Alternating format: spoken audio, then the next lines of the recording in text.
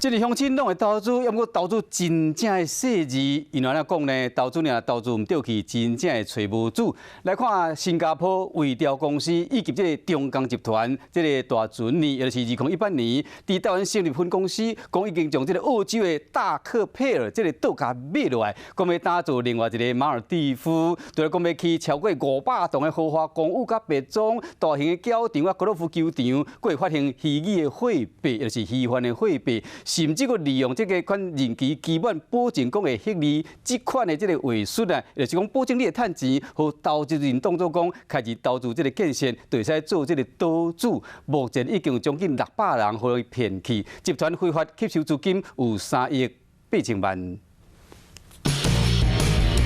岛水风景真水，坐船佚佗，踏伫海沙坡享受休假日。新加坡中钢集团和卫调公司讲，开1亿新台票买澳洲大克佩尔岛，要起500多栋的豪华公寓和别庄、教场、拍山桥的所在，和商用机场。玉币的部分是虚拟货币，投资者现在先去买这些玉币的话是比较便宜，然后到时候他们这个玉币上市之后呢，它的价钱就被拉高。讲是要打造后一代加密岛，成500个人认真投资，佮广告每1年会当要求公司加15%买回来，2年加40%，3年除了要求加80%买回来，佮讲会当分红，用保证赚钱的方式向大家来投资。他们有跟一些澳洲的官员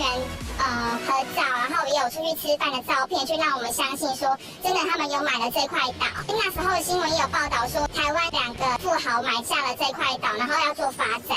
时间到啊，煞摕无1仙钱回来，真入去调查，才发现岛根本含买拢无买。北检长开始约谈，被告涉嫌刑法诈欺和违反银行法。新加坡中钢集团台湾分公司董事长尤耀福计50万高保，执行长30万高保，管钱的帮小姐2万块高保。卫调公司负责人魏万良和台湾分公司的经过问，虽然是实际经手营运，不过2个人即摆已经出国，可能会甲因通缉。